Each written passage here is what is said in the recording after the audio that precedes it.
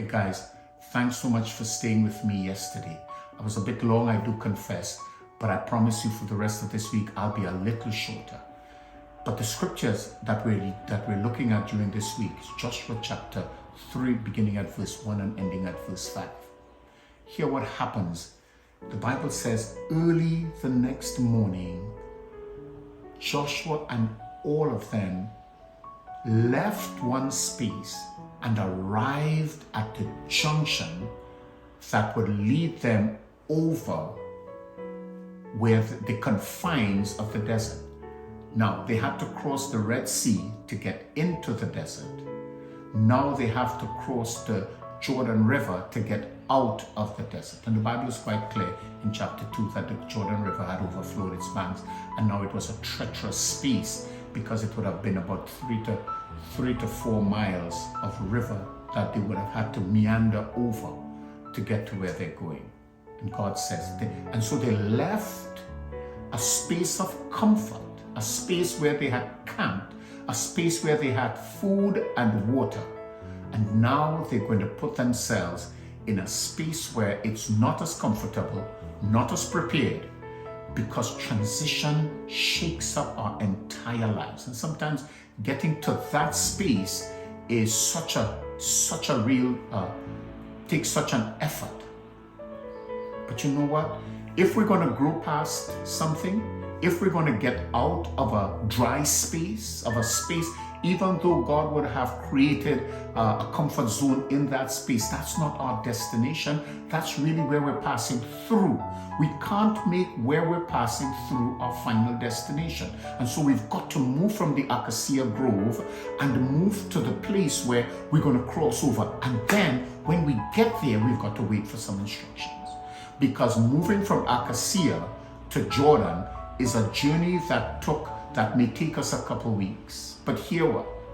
Getting there now, at the point of the Jordan, you can't just run into the water.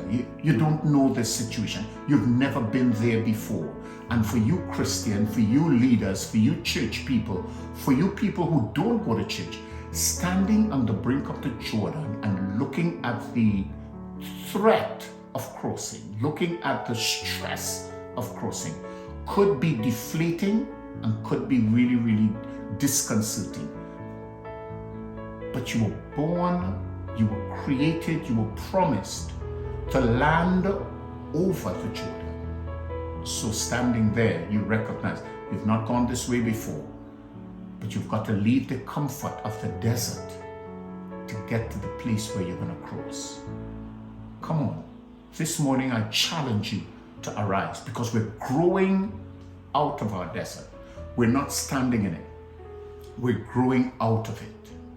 And I'm not saying we're going out of it, because going out means simply we may leave physically but have problems, but our hearts are still there. Remember when the children of Israel got into the desert, their hearts were still in Egypt? Now when you leave the wilderness, you must have nothing. You must desire nothing from where you are. So you've got to grow through this experience, and you've got to grow out of your space. And yes, as we grow to this week, we consider, you're going to have to ask yourself some questions.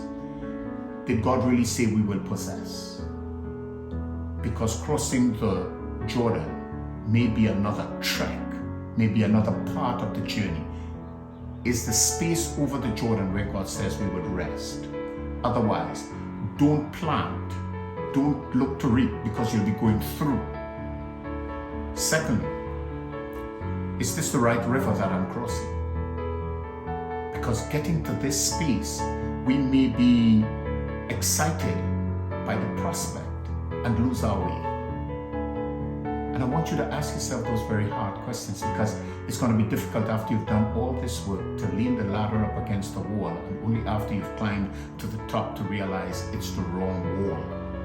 The ladder may be working good, your effort may be excellent, but it's not where you ought to be.